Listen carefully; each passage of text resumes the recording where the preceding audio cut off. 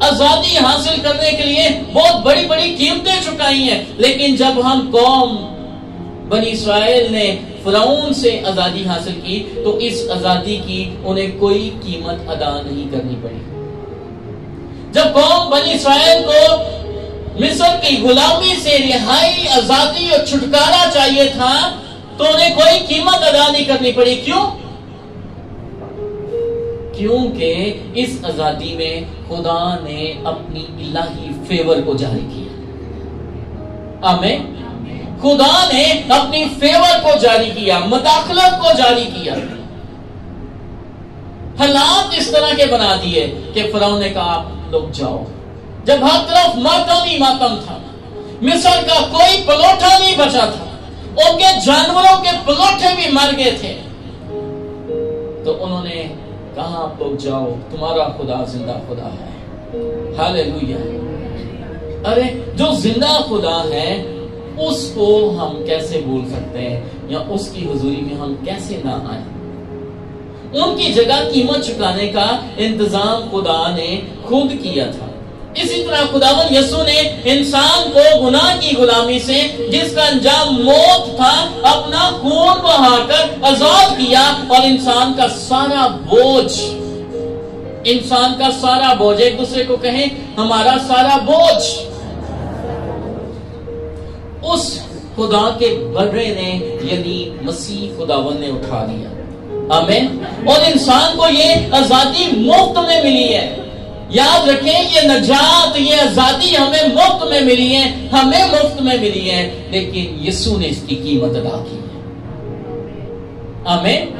اور پاک شام میں، پاک شراکت میں آج یہی تو خداوند سکھا رہے تھے اپنے شاگردوں کو، یہ وہ روٹی ہے جو تمہارے لیے توڑی جانے والی ہے، یہ وہ شیرہ، یہ وہ خون ہے جو تمہارے لیے بہایا جانے والا ہے۔